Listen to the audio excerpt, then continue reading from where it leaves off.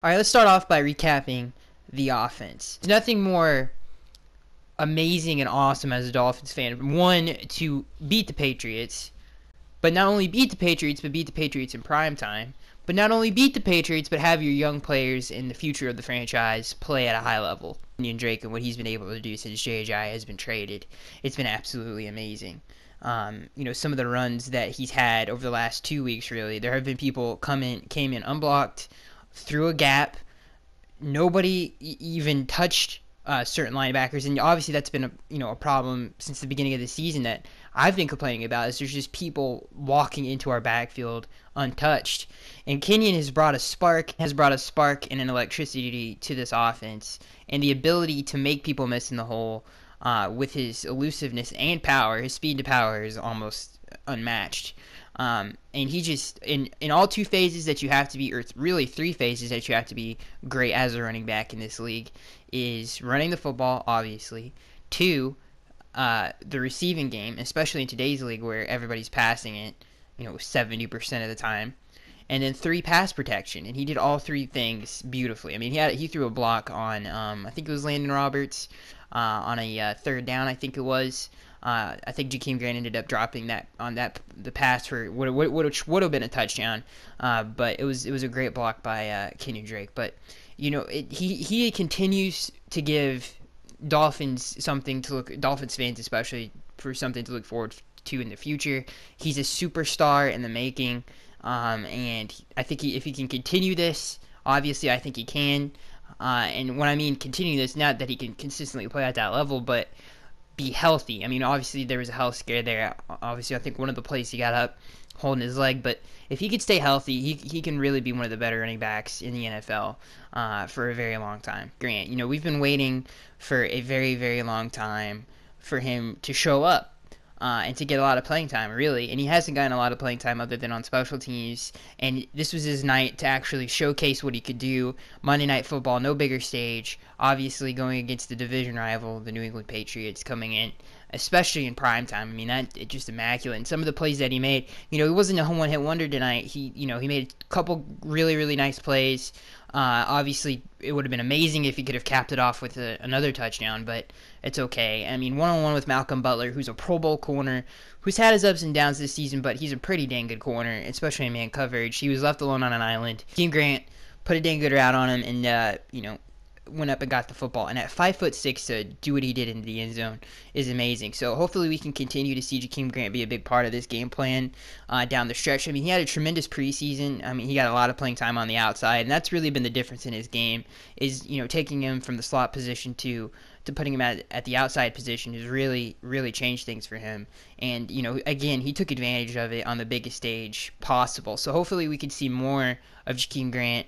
And maybe, split the snap counts with him and Devontae. I think that would help out Devontae. It's very similar to what, the Falcons do with Julio, because he's constantly getting injured, Julio.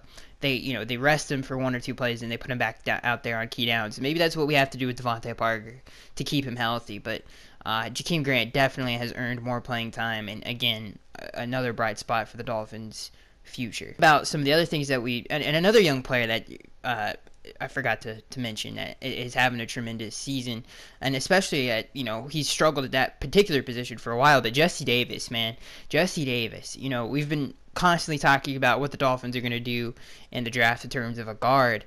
They have found one. If Juwan comes back, and if we can somehow retain him, then Jesse Davis is definitely, we don't have to fill two guard positions. He is our guard for the future. He's struggled at times because he's a young guy, he's a younger player, but he has so much potential, and he's played so well down the stretch of this season that it's hard not to get excited about him, because, if we can somehow keep Laramie and Juwan and Jesse, that's three cornerstones of this offensive line that can, be the future of this offensive line for 10 to 15 years to come. I mean, Jesse Davis really looks like a Pro Bowl caliber offensive lineman, and not to mention Mike Pouncey if he can stay healthy. So Jesse Davis has really, really surprised me of how good he's played and on a consistent level, and especially him going out to tackle and how good he played when he was at tackle. Obviously, he played guard the last two games because of, or I think more than that, because of Jermon Bushrod's injury, but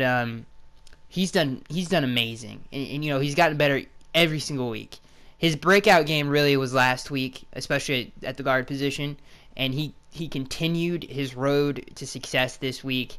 And again, 3 young players, Jakeem Grant, Kenyon Drake, and Jesse Davis, that Dolphins fans should be very excited for the future.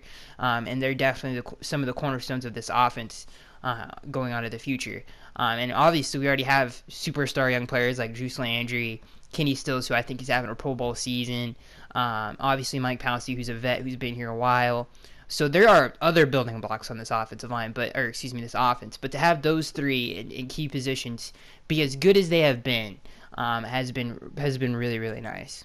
All right, moving on to just the overall performance in this game. I mean, Adam Gase, we talk about the game plan and some of the obviously some of the complaints the Dolphins fans have had with it in terms of just, not being aggressive enough. It's too conservative.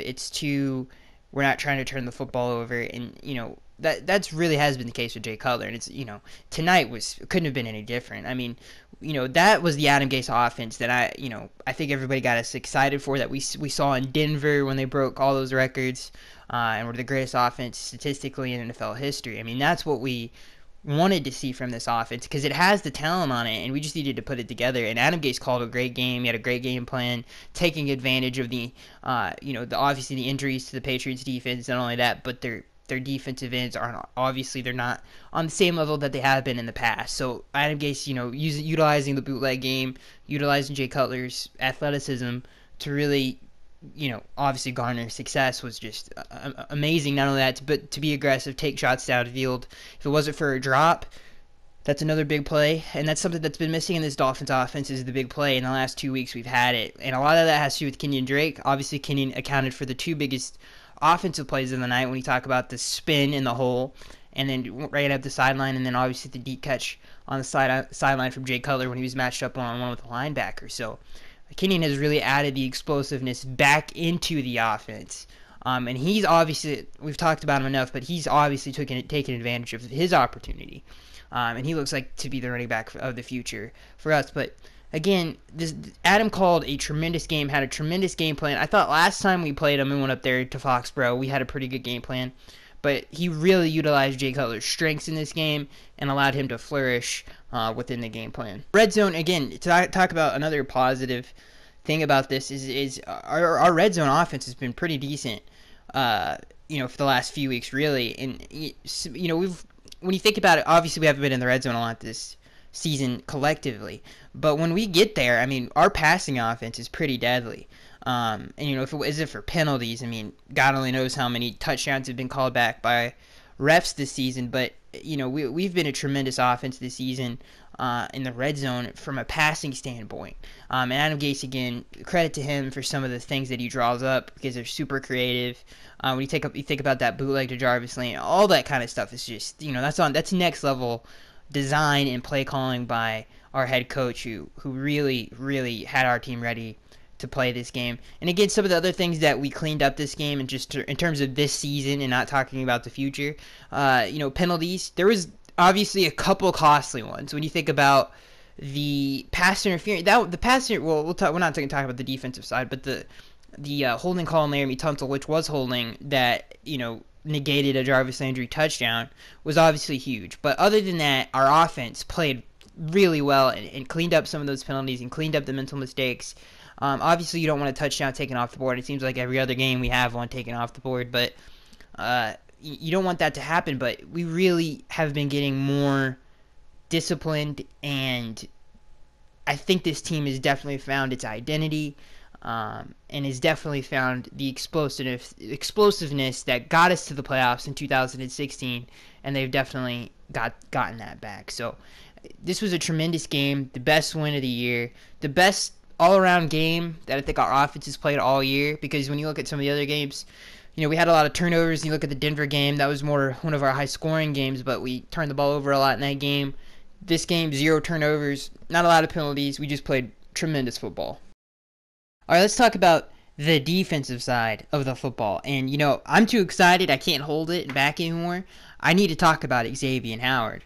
I mean, the man had one of the best back-to-back games that a corner has had all year around the NFL. I don't think a corner, from everything that I've watched, have that kind of a back-to-back game in a very long time. I mean, Xavier, you can't even put into words of just how good of a job that he has done the last 2 weeks. He's going against a receiver and a quarterback that have had chemistry that is out of this world this season. I mean, some of the throws that Brady has made to Brandon Cooks this season have been immaculate, to say the least.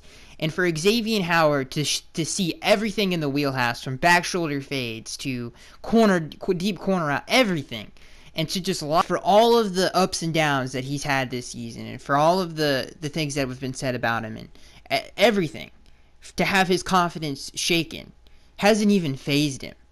It's not easy to pick off Brady 2 times in a game as an individual, let alone a defense as a whole. So for him to do that is tremendous. Somebody else has anybody ever? I'm pretty sure Malcolm Jenkins, did, but I don't know if anybody's ever picked off Brady as an individual twice in one game. I could be wrong about that, but I can't remember one other than Malcolm Jenkins, I think. But again, that is something that not many people can say that they've done in their career, is pick off as an individual 2 times the greatest quarterback to ever live in terms of just winning. It's just crazy. So Xavier, I mean, just a tremendous player, a tremendous talent, and everything was on display for him on Monday night. From his press game, which has been the strength of him since he came out of Baylor, is just how physical he can be. And he was super physical with Brandon Cooks, who's obviously a lot smaller, a lot lighter receiver, and he used his strengths against Brandon Cooks, just as Brandon Cooks would use his speed and quickness against Xavier, because he's smaller. But Xavier really understood, and he's starting to learn now. He's in his 2nd season. He's starting to learn what he does well in this league and find himself and find his identity. And he found it the last 2 weeks. He's a physical corner who has tremendous makeup speed and can really track the ball down. And he's got great ball skills and hands. I mean, that pick on Brandon Cooks, the deep post route, I mean, my God. I mean, it doesn't get any better than that. And if it does, somebody needs to tell me, because I haven't seen it. He is a tremendous player. And hopefully he can consistently do that for the rest of the season. And I have no doubt that he will, because I think he's finding his groove. And people got to remember how young a player he is. This is only his 2nd year. He barely played his 1st year. He didn't get a training camp his 1st year. He didn't get an offseason his 1st year. He was literally just thrown into the fire as a starting corner. Tremendous respect for that man. And, I am so excited to see what he is capable of for the rest of his career and the future that he has with this football team, because man, did he look good on Monday Night Football. And he looked good last week against Denver, but people were like, okay, that's Trevor Siemian. He was going up against Demaryius Thomas, who's a great receiver, but everybody was, all right, or it's Tom Brady and Brandon Cooks. Okay, that is amazing. Not only, we're going to get into the rest of the defense, but such a big part. I think when throwing to Xavier Howard's side, and these are stats, Brady was 0 for 6, 2 interceptions. That's insane. 0 for 6 with 2 interceptions. Not since Darrelle Revis have I seen a corner do that to Tom Brady. So, I mean, it just gets me excited even talking about him, because, it doesn't get any better than that. It doesn't get any better than that. As a corner, you cannot hope to have a better game than what Xavier Howard had last night. And he's everything that I hoped he would be these last 2 weeks, and hopefully he continues to be that. You guys, right now, it's just getting me excited even talking about it. It really is, because he's such a young player, and there's so many young players on this team. Devon Godchaux, who had a tremendous game. A tremendous game tonight. He hit Brady, I think, 3 times, which is insane. Stephon Anthony, who we got for a 5th-round pick, who looked pretty dang good last night. I mean, some of the things that he was able to do in pass coverage was pretty dang good. Pretty dang good. I mean, there's so many young players on this team. That Bobby McCain continues to be a beast. Rashad and TJ. I mean, this defense is built to play with the lead, and I think that sometimes that's a detriment to this team, because it is built to play with the lead. And when it can, and when it's able to get after the passer, like it was on Monday Night Football, good luck, because if they're allowed, especially since we got off to an early lead early in that football game, if they're early and often able to get after your quarterback, it's going to mess him up, because trust me, somebody's going to hit him, because we have too many great players on this defensive line. And we really played a clean, crisp game. And I think this defense is a better man coverage defense than it is a zone. And I think, by just watching that game, you can tell. But the pass coverage and the defensive front were perfect together tonight. There were sometimes they were covered sacks. Sometimes they weren't coverage sacks. They were just straight up pressure. And, that is something that all great defenses do. They marry their corner, their secondary with their defensive line. And both sides of this team have young studs on it. When you talk about Xavier in the secondary, TJ, Rashad, Bobby, Tony when he comes back. Then you look at the defensive line. Cam, Charles, who had a really good game on Monday night, Devon, Sue, Andre. It is a very exciting time for this defense. Hopefully we can, and again, they are built to play with the lead, and I think we've come to know that this season. They play at their best when the offense gets off to faster starts, and then that's when they look as good as they do. When the offense doesn't have a good game and the defense is relied on to win it, that's when the defense kind of shows its blemishes, because it's not built to do that. It's not a Seattle defense, but when we get a lead, trust me, these boys can play with the best of them. Talk about it from a schematic standpoint. Matt Burke knew exactly what he had to do to win this game. He understood what he had up front. Now, granted, he mixed in some blitzes here and there, but he didn't spam them. He wasn't overzealous with them. He used them at the right moments at the right time to really throw Brady off, which was, not many people can say they do, but he really utilized and he understood his personnel, because he knew that obviously some of the offensive linemen on the Patriots, obviously they had a third-string tackle out there with Fleming, but he utilized his defensive line the best he possibly could. He understood that he could drop some extra people back in coverage. He didn't have to send extra people. And once you do that, if you ever have to send extra people to get pressure on Brady, you're 100%, 99.9% going to lose that football game. But if you have a front seven that is talented, that can get pressure with a 5-man rush, a 4-man rush, then you're going to have a good chance to beat him, because it allows you to cover for a longer period of time. So Matt Burke utilized that to a T. He wasn't overly aggressive. And again, he mixed in some of those blitz packages that he's famous for at this point in the season. Sometimes he can get a little crazy with them and just use them too many times, and we've seen big runs busted off because of that, and we've seen some big jailbreak screen, all that kind of stuff. So he really, I think, is coming into his own as well as a young defensive coordinator, which is exciting. But this defense, man, you can't say enough about their performance on Sunday night. Not allowing 1 third-down conversion, and we weren't even healthy. Cordrea didn't play in this game. I forgot to even mention Cordrea, who's another young stud in the secondary. So just a tremendous game by this defense, and hopefully, again, I think we understand that this team and this coaching staff understands what it takes to win a game with this team. And as an organization, once you understand how you can consistently win from week in to week out, then you got it. You've got it, because not many teams in the NFL, the teams that struggle, they don't know how to win.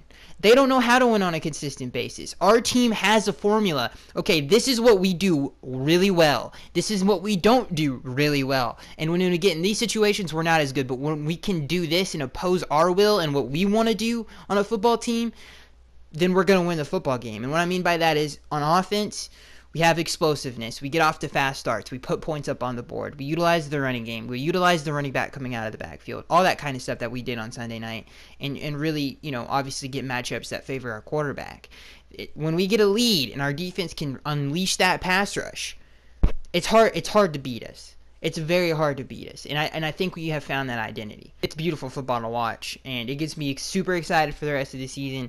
It's too bad that we couldn't have figured out this lineup on offense earlier in the year, because obviously we were shuffling players constantly due to injuries, and we were just trying to figure out what the heck we're going to do on offense. And obviously it took a while, but I think we finally found what lineup works best for this particular team. And defensively, I think we always kind of knew how to have success on that field. But again, if we can get a lead with this defense and don't have to lean on it, they can play at their best. So again, this team, when they can execute what they do well, it's a very, very good football team. So I am Skax83. I mean, this one really gets me excited for the future of this franchise and for the future of this team.